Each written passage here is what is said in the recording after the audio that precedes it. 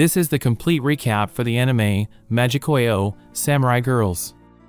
Kawakami Academy has adopted martial arts into its curriculum. The school's policy dictates that any disputes will be resolved using martial arts in events called Fights Out. Currently deep in the Tanzawa Mountains, a huge fight rages on between the high-achieving Class 2S in blue and the low-performing Class 2F in red. A news helicopter flies above the battlefield broadcasting this momentous clash in the company of the school's principal, who looks like an off-brand Yamamoto. The general of Class S Hideo prepares the captains of his units for a charge, but he receives word that his main force is being overpowered. The top members of Class 2F use their various techniques to reduce the number of the enemy forces. This is all within the plans of their genius strategist Yamato. Although he lacks martial might, he more than makes up for it in his intelligence. While they casually take some soft drinks, an exhausted Taki and Saki watch on from the woods. Taki's body starts to react to the appearance of one of the four Decas known as the warrior goddess Momoyo. As the battle continues, the news reporter gets some context to the situation from the principal, who explains that this is to resolve the two classes' constant quarreling. The first side to capture the enemy's commander is the winner. Only weapons provided by the academy may be used. They are special replicas that cause immense pain but can't cause death. Meanwhile, on the battlefield, the perverted Yanpachi uses his camera to take pictures of the injured combatants in compromising positions while masking it as journalism. Back at the Class F staff station, it is revealed that in these fights, the teams can recruit as many people as possible from the academy, but there is a limit to the number of third parties that can participate. The Class S have greater numbers because they come from very affluent families that have a lot of financial and public influence. On the other hand, Class F has their overflowing team spirit as a counter. This is evident on the battlefield as they perform a well-coordinated trap. They expose their commander to a little danger, resulting in Kokoro from Class S being isolated. Yamato launches an ambush and quickly defeats her unit. He takes a video of himself defeating her and posts it for all to see. This demoralizes the enemy, causing those who were discontent with Class S to switch sides. Meanwhile, the main cast from both sides converge at the battlefield.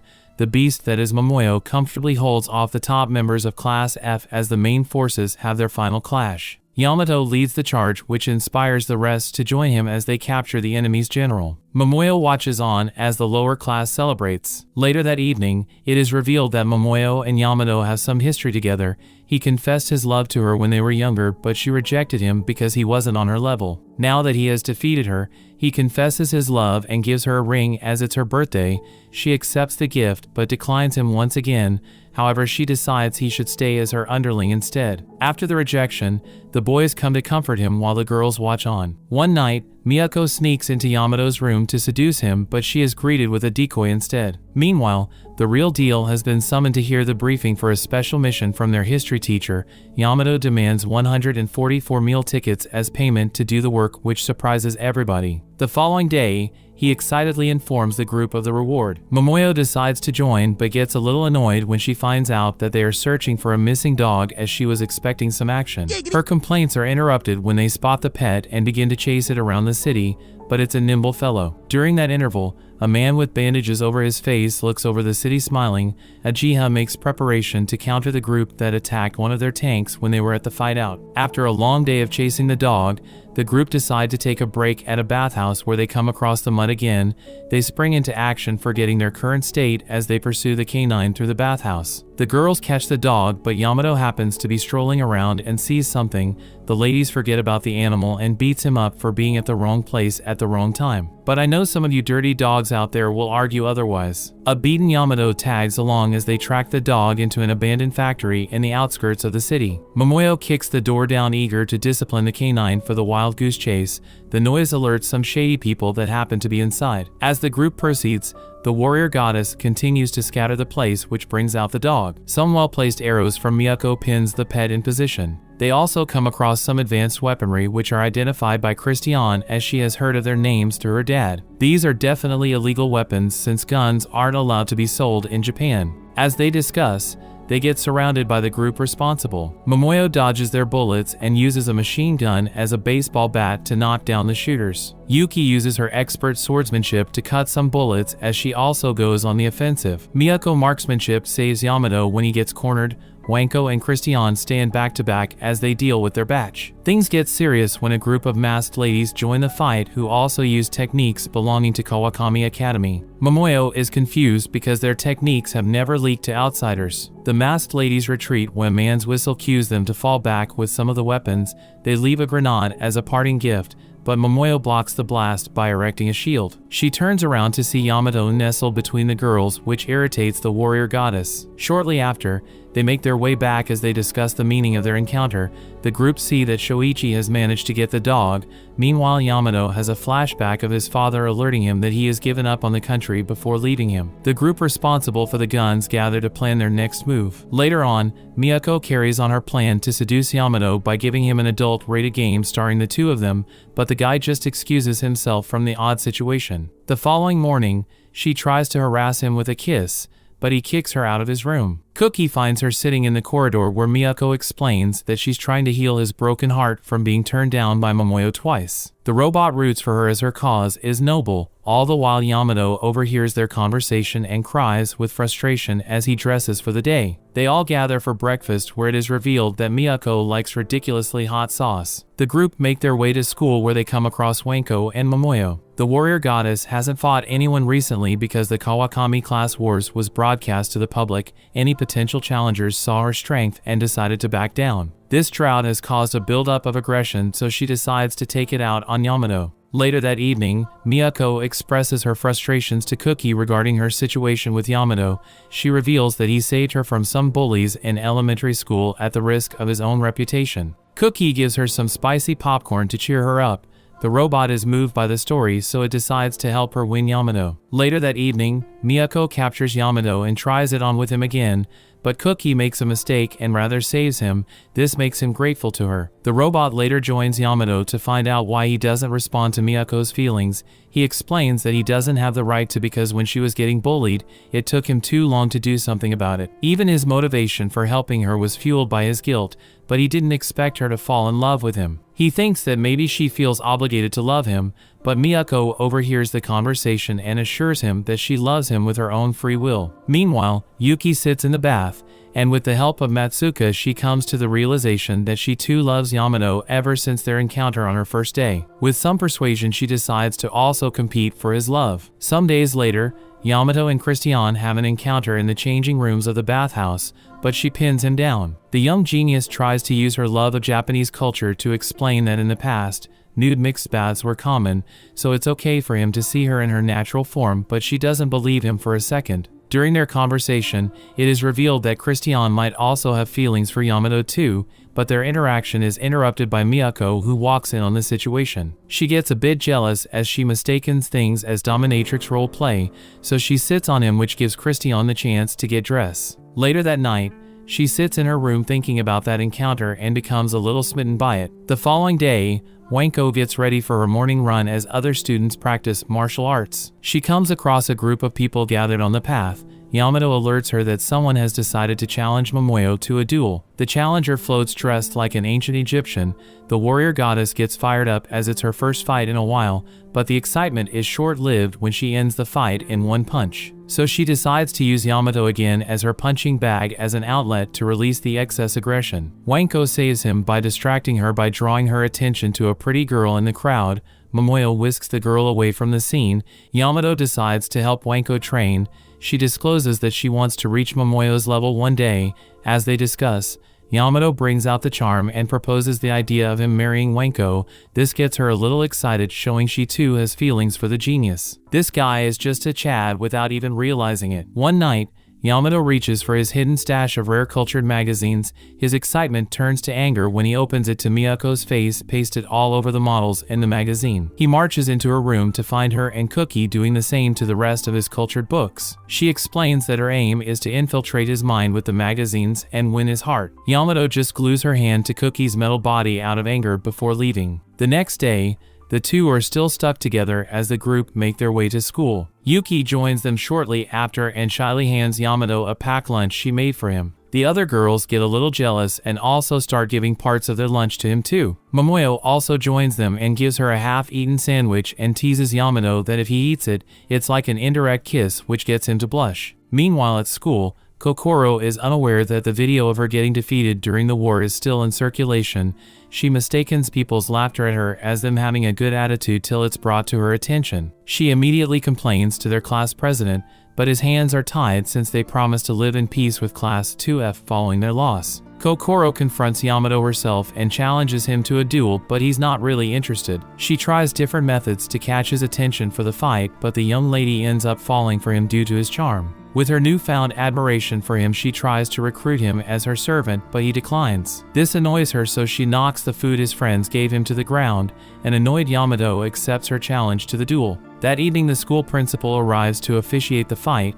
The genius gets thrown around, but he keeps getting up on his feet to Kokoro's surprise. This continues till she starts to get a bit tired. Kokoro begins to understand the reason he keeps standing up, so she apologizes for knocking his lunch. By this time, Yamato is unable to get up, so the principal declares Kokoro the winner. She rushes over to see if he's okay. The following school day, everything goes back to normal as Yamato has removed the video from the internet and instructed everyone to delete it. A while later, the Kanamura festival approaches and the students go there to celebrate this phallic-themed occasion. The two classes have a small disagreement that turns into a duel again. The principal is around to authorize the festival-themed fight. All the while, Yamato hasn't been around, so he rushes to the festival when he receives word, but he's intercepted by the bandaged-faced man. He apologizes, saying he mistook him for a hitman. As the two discuss, it is revealed that the man knows Yamato's father. The boy attacks him when the man bad-mouths his dad for abandoning the nation, but he easily gets knocked out. Yamato later makes it to the festival, but the battle has come to an end. That night, it is revealed that the bandaged man works for the principal as he reports his findings from his investigations on the threats that lurk in the shadows. Day breaks and the overpowered warrior goddess Momoyo mopes around because she has not received a new challenger in a while. The family head, who also happens to be the school principal, offers to quench her battle thirst, but they can only fight for 3 seconds, otherwise they will destroy the city. Momoyo wants something longer lasting, so she storms out looking for Yamato to take her frustration out on. She tries to get his attention but pauses when she sees him helping Wanko with her training. She goes to the group's HQ and complains to the robot Cookie about her boredom. Yamato walks in, and as she begins to admonish him for neglecting her, Christian interrupts and drags him away. Later on, Miyako, whose love for Yamato is public knowledge, starts to harass him, which forces him to leave the scene before he can talk to Momoyo again. Momoyo goes to the local fast food joint and sulks while eating all their burgers when she notices him walking alone. Just as she prepares to pounce on him, Yuki appears. She politely gives him a packed lunch and insists they eat it together, to which he agrees. This guy is past Hugh Hefner's level. Yamato finally links up with her to hear what she wanted to discuss with him. Later at a school meeting, one of the teachers addresses the recent pandemic of cultured magazines that are in circulation around the school. He wants the rascals who are distributing these cultured magazines to be hunted and punished. Some of the lads at the school are already protesting the crackdown on their entertainment, feeling that they have a right to it. Yamato feels the same as his brothers in perversion, but the girls interrupt him in agreement with the new laws, since pictures of them at the Kanamura festival are all over the web. He asks Momoyo for her opinion, but she's still salty, so she wants nothing to do with this mission. Yamato does his investigations to find the distributor of the magazines. While he takes a break, he comes across the perverted class photographer Yanpachi, who has just bought some top-grade cultured material. The detective pressures him till he discloses his supplier, who happens to be a female member of the arms smuggling gang. Yamato tails her to their hideout at the port. Just as he's about to call the others for backup, he gets spotted by one of the male gang members before being brought in front of the others. They recognize him from their encounter at the warehouse. One of the ladies finds him very attractive, but he doesn't recognize them because they had masks on. He sees the cultured magazines and crates, which confirms them to be the distributors. Gyubu, the leader of the group, reveals that they are a jack-of-all-trade group who will do any job. That just tells me that they are masters of none. As he rummages through the magazines, he asks Yamato which part of the woman form he likes. The thirsty boy answers he prefers the backside. Gyubu pulls out a huge gun, informing him that's where he'll be shot. The magazines are just a front for the illegal guns they distribute. Them selling the books is just the icing on the cake. The lights go out just as he shoots at Yamato, but the flashes of light from the gun barrel show that he's been rescued, so Gyubu shoots wildly and hits a nearby lantern, which ignites and causes a fire. The flames illuminate the place. The smugglers turn around to find the girls standing behind them with their weapons drawn. They too were tailing Yamato to make sure he was safe. Wanko and Gyubu recognize each other, but he releases a grenade using the explosion as a means for him and his subordinates to escape. They regroup at the port, but the students catch up to them. It is revealed that Gyubu was once an assistant instructor at the Kawakami Temple, but he was expelled because of his dangerous ideologies. He's the one who taught his subordinates the Kawakami's martial arts. The high school students engage the enemy, but Miyako gets distracted when one of the girls takes Yamato hostage and kisses him. This gives Gyubu the chance to shoot at the Chad, but Momoyo comes out of nowhere and blocks the bullet before launching a counterattack, but Tachibana suddenly appears and also stops her punch. She's a former member of the 4 divas. These are the 4 strongest people in the world under the age of 25. Momoyo is top among the 4 at the moment. Tachibana alerts Gyubu to go on ahead while she takes care of things. She blocks a few of Momoyo's attacks, which reveal her arms to be cybernetic implants. Momoyo gets very excited since this confrontation is scratching her fight itch. However, with these enhancements, the former diva takes the upper hand, but Momoyo uses her instant recovery to keep herself in the fight. As they trade blows, we get a flash to Ajiha, who's also a member of the Divas, having a meeting with Momoyo and the school principal. Her family has dealings in the military industry. She reveals that when Tachibana retired from the Divas after her defeat to Yuki, she joined the JSDF, where she was reported to have been killed in action while leading a unit on an operation. However, that was not the case.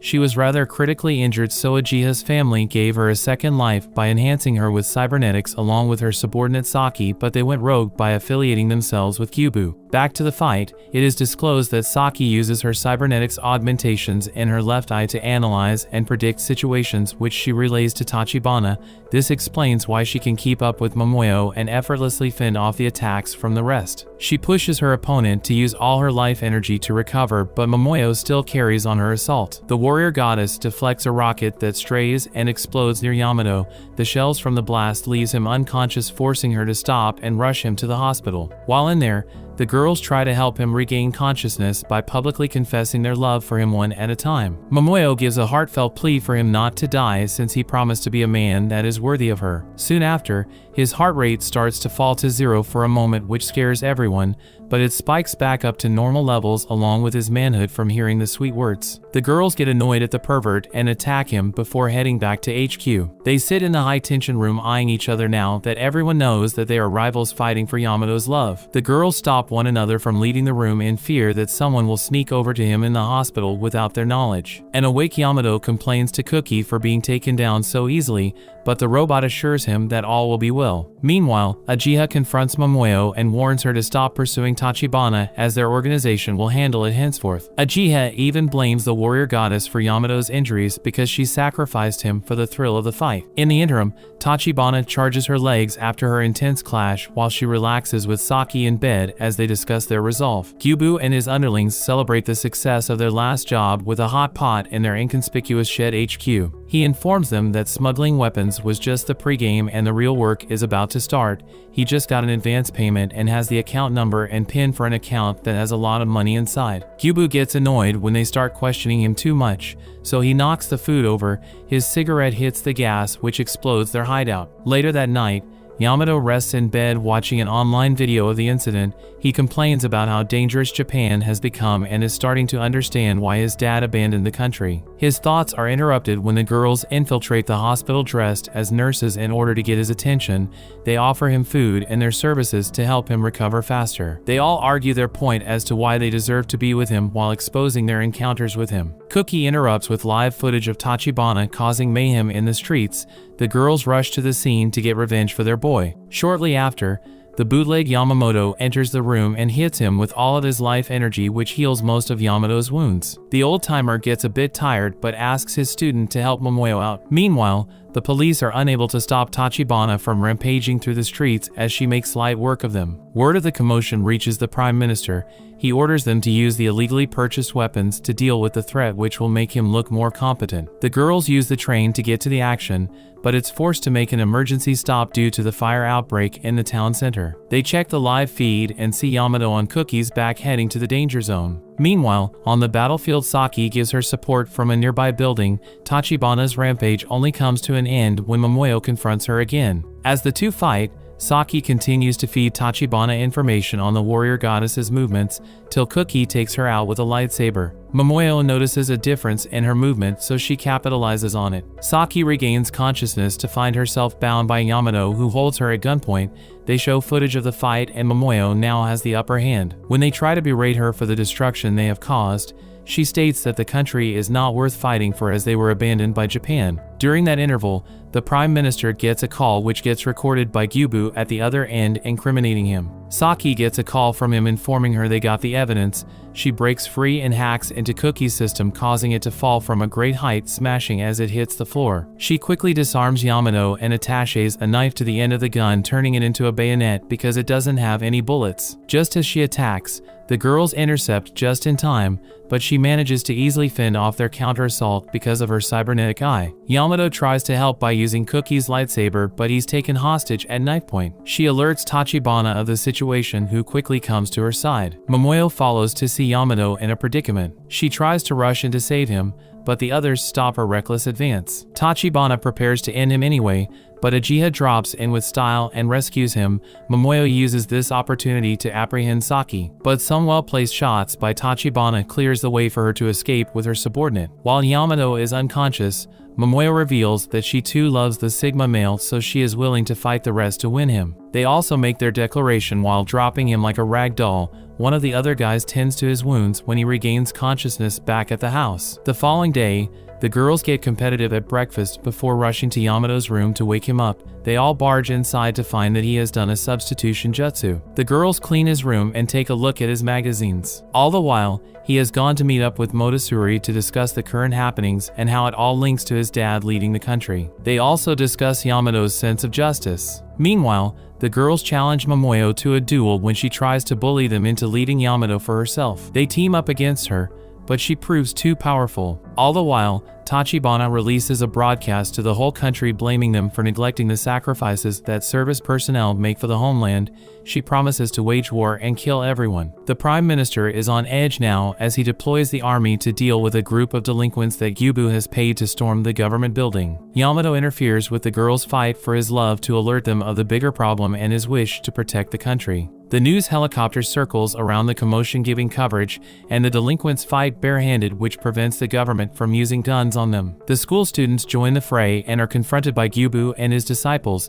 They face off while Momoyo and Tachibana have their final fight. The warrior goddess manages to use piledrive attack to send her nemesis through the Prime Minister's office and down to the underground car park, where their fight continues. They are soon joined by Uchiha, but Tachibana manages to escape. Back on the surface, the students are supported by their other classmates as they put up the final resistance while gaining the upper hand. This forces Gyubu and his underlings to retreat. Meanwhile, Mototsuri uses this opportunity to expose the corruption of the Prime Minister to the country via live broadcast. Tachibana and Saki hang back to keep fighting. A revived Cookie activates battle mode, allowing Yamato to control it. He uses it to evade rockets fired by Saki. This opens up an opportunity to close the distance to land the final blow on her. Simultaneously, Momoyo ends her fight with another piledrive attack. The warrior princess pretends to be injured to steal a kiss from Yamato. They all gather around, still wanting him to share his love with them, as the threat has been averted. That brings the series to an end.